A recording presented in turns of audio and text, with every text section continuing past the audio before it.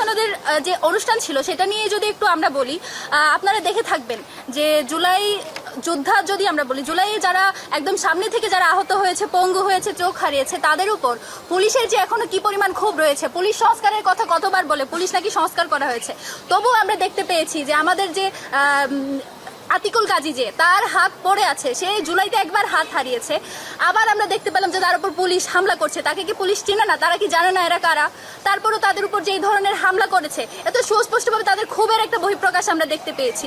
এবং সবচেয়ে বাজে ব্যাপার যেটা হয়েছে, তারা খুবই সামান্য কিছু দাবি নিয়ে গিয়েছিল। সেই দাবিগুলোর মধ্যে একদম প্রাইম যেটা ছিল সেটা হচ্ছে জুলাইতে যারা আন্দোলন করেছে তাদের যাতে সুরক্ষাটা নিশ্চিত করা হয়। আমাদের বলতে আসলে লজ্জা করে, ঐক্যমত্য কমিশনে প্রায় 30টার মতো হয়তো দল যারা এই ঐক্যমত্য কমিশনে আছে, সেই 30টা দলের কারোরই একবারও মনে হলো না যে এই জুলাই যোদ্ধা যারা রয়েছে তাদের সুরক্ষাটা নিশ্চিত করা জরুরি, তাদের দায় মুক্তির যে ব্যাপারটা সেটা মাথায় আনা জরুরি।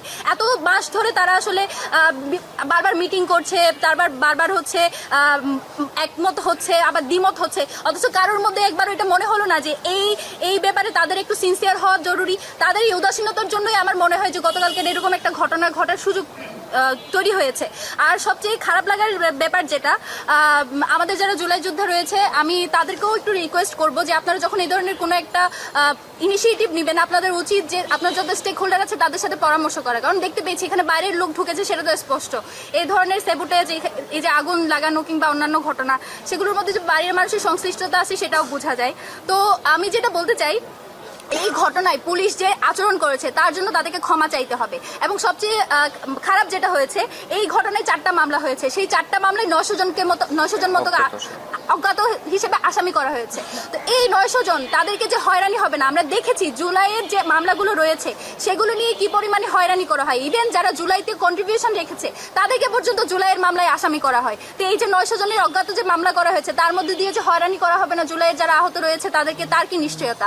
এই নিশ্চয়তা সরকারকে নিশ্চিত করতে হবে যে তারা জুলাই যোদ্ধাদের উপর কোনো ধরনের হয়রানিমূলক কোনো মামলার প্রসিডিউরে যাবে না এবং তাদের সর্বোচ্চ নিরাপত্তা নিশ্চিত করবে। এটা আমরা সরকারের কাছে আহ্বান জানাই এবং আমাদের জুলাই যোদ্ধা ভাইদের কাছে অনুরোধ করি আপনাদের দাবিগুলো শোনার জন্য, আপনাদের কথাগুলো বলার জন্য আমরা সব সময় সচেষ্ট থাকি। তো আপনাদের উচিত আর একটু সহনশীল হওয়া, কারণ আপনাদের এই যৌক্তিক দাবিগুলোকে কেন্দ্র করে স্যাবোটেজ করার জন্য মানুষজন বসে আছে। আপনাদেরকে বিতর্কিত করার জন্য আওয়ামী লীগ থেকে শুরু করে দেশ বিরোধী যারা আছে সবাই বসে আছে। সেই ব্যাপারে আপনাদের আরেকটু সচেতন হওয়া জরুরি।